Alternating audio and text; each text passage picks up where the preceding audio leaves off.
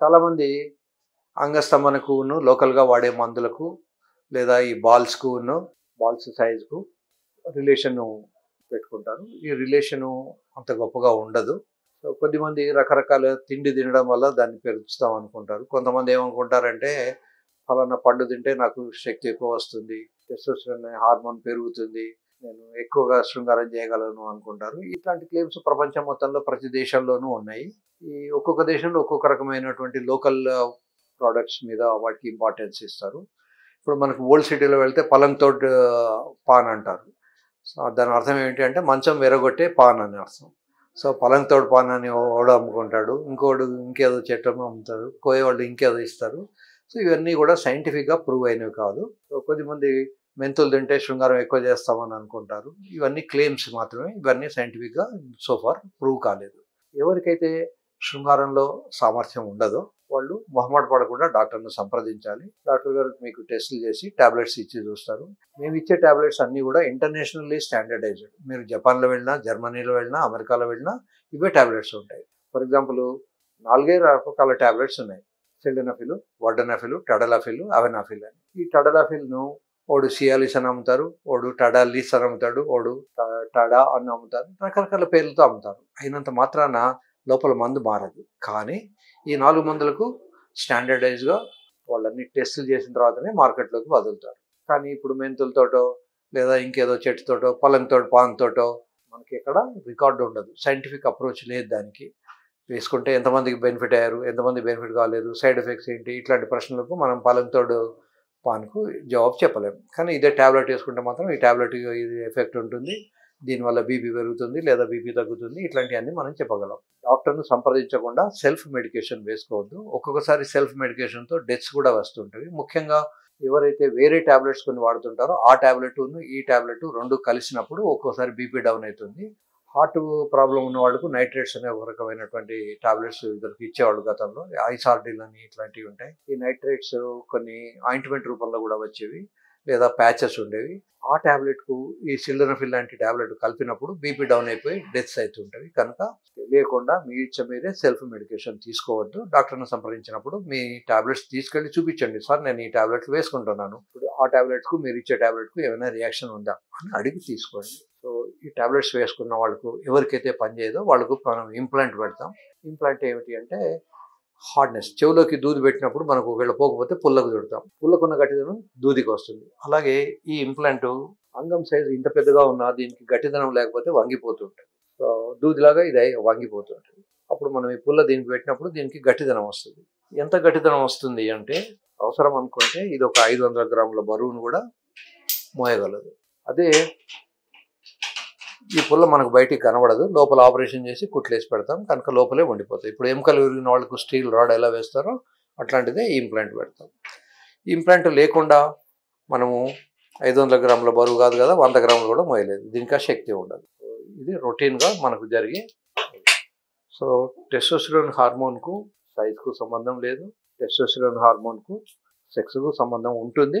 కానీ కేవలం టెస్టోస్టెరాన్ ఇచ్చినంత మాత్రాన శృంగారంలో ఎక్కువసేపు చేస్తామనుకోవడం పొరపాటు.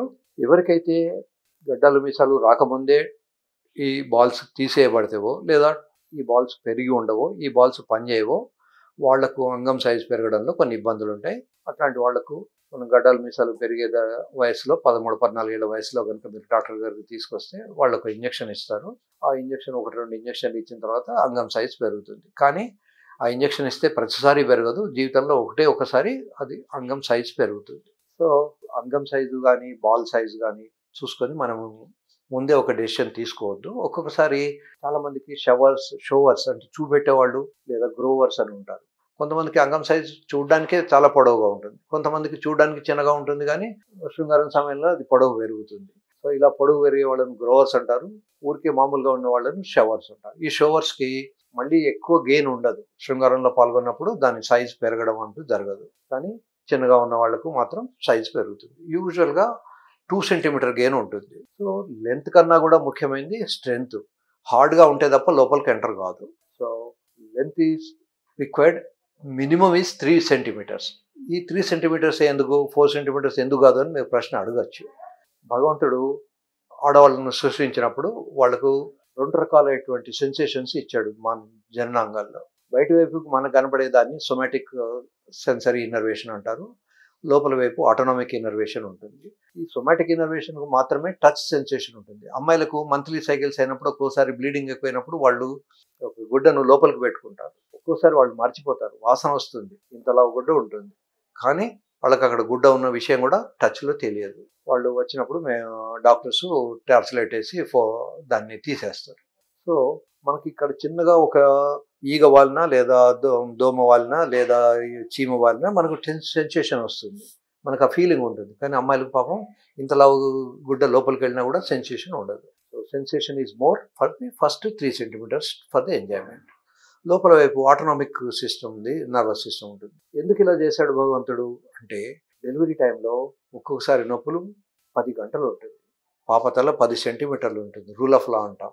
సో, అంతసేపు నొప్పొస్తే వాళ్ళు ఆ నొప్పికి భరించలేక చనిపోతారు. అందుకని భగవంతుడు అక్కడ నొప్పి ఎక్కువ లేకుండా దాన్ని తయారు చేసి పెట్టాడు. మనకి ఎప్పుడైనా పార్టీకి వెళ్ళినప్పుడు హార్డ్‌గా వస్తేనే మనం చాలా ఇబ్బంది పడతాం.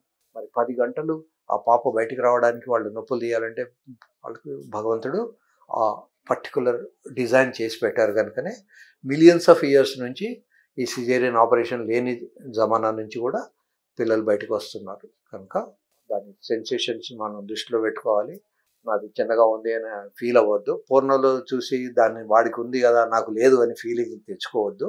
ఎందుకంటే సినిమాలో ఇప్పుడు అందంగా ఉన్న అమ్మాయిదే మనం ఫోటో సినిమాలో యాక్టర్గా తీసుకుంటారు. అట్లాగే పూర్ణలో కూడా లెంత్ ఎక్కువ ఉన్న వాళ్ళది అలా స్పెసిఫిక్గా కొంత ఇంటర్వ్యూస్ చేసి వాళ్ళని సెలెక్ట్ చేసుకుంటారు. రెండోది కెమెరా ట్రిక్స్ ఉంటాయి. చిన్నగా ఉన్నది కూడా మనకి ఎక్కువ పొడవుగా ఉండేటట్టు కనిపించేటట్టు చేస్తారు. మూడోది వాడికి 2 నిమిషాలు 3 నిమిషాలు ఉన్నా కూడా దాన్ని వాడు అరగంట సేపు ఉంచినట్టు మనకు ఒక భ్రాంతిని కలుగజేస్తారు. పోర్నో సినిమాలు కానీ బయట వీడియోలు కానీ చూసి దాంతో కంపేర్ చేసుకోవద్దు. పులిని చూసి నక్క వాత పెట్టుకున్నాడు అంటారు దీన్ని. మన తాతలకు ఎంత ఉందో మన తండ్రులకు అంత వచ్చింది. మన తండ్రులకు ఎంత ఉందో మనకంత వస్తుంది. గుమ్మడికాయకి గుమ్మడికాయలే వస్తాయి, పొట్లకాయలు రావు. పొట్లకాయకి పొట్లకాయలే వస్తాయి, గుమ్మడికాయలు రావు. కనుక మన తాతలు సంసారం చేస్తేనే మనం పుట్టాం. కనుక తాతల తర్వాత మన తండ్రులు చేశారు. కనుక మనం చేస్తే కూడా మన కొడుకులు వీడియోలో వస్తారు. కనుక ఎప్పుడు కూడా సైజ్ ఈజ్ ఇమ్మెటీరియల్. నాకు చిన్నగా ఉంది అని అనుకోకర్లేదు. మన తెలుగు రాష్ట్రాల్లో మన వాళ్ళకి సుమారుగా చిన్నగానే ఉంటుంది. ఇదే పంజాబ్ కానీ కొంచెం ఆఫ్రికా కానీ అటువంటి ప్లేస్లకు వెళ్తూ ఉంటే అది దాని సైజు లెంత్ అది ఎక్కువ ఉంటుంది.